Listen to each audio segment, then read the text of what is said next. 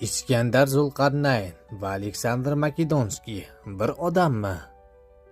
Bu juda muhim va tarixiy, diniy jihatdan bahsli savoldir. Ko'plab tarixchilar, mufassirlar va diniy ulamolar Iskandar Zulqarnayn va Aleksandr Makedonskiy bitta odammi yoki yo'qmi degan masala ustida uzoq yillar bahs yuritishgan.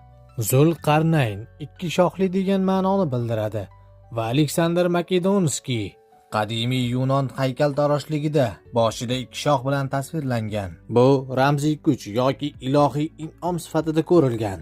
Har ikki shaxs ham dunyoni zabt etgan. Aleksandr Makedonskiy Sharqiy Yevropani va Erondan Hindistongacha bo'lgan hududlarni bosib olgan. Qur'ondagi Zulqarnayn esa g'arbga va sharqqa safar qilgan deyilgan.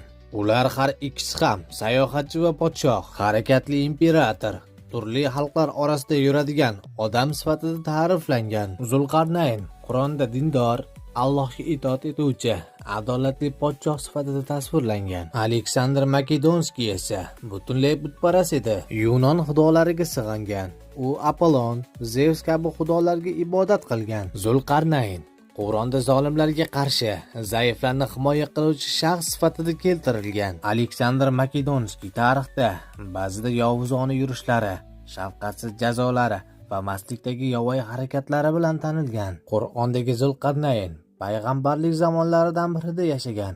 Aleksandr Makedonskiy miloddan avvalgi 4-asrda Yunonistonning Makedoniya qirolligida tug'ilgan. Yajuj va Majuj devori. Tarix Aleksandr Makedonskiyni bunday devor qurganligi haqida ishonchli manba yo'qligini ko'rsatadi.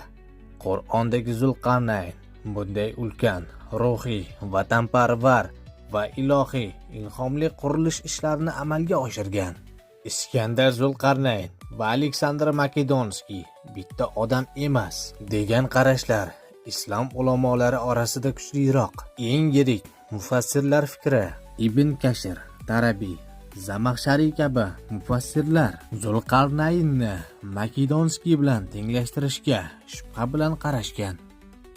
Video yoqqan bo'lsa, kanalga obuna bo'ling va qo'ng'iroqchani bosib qo'ying.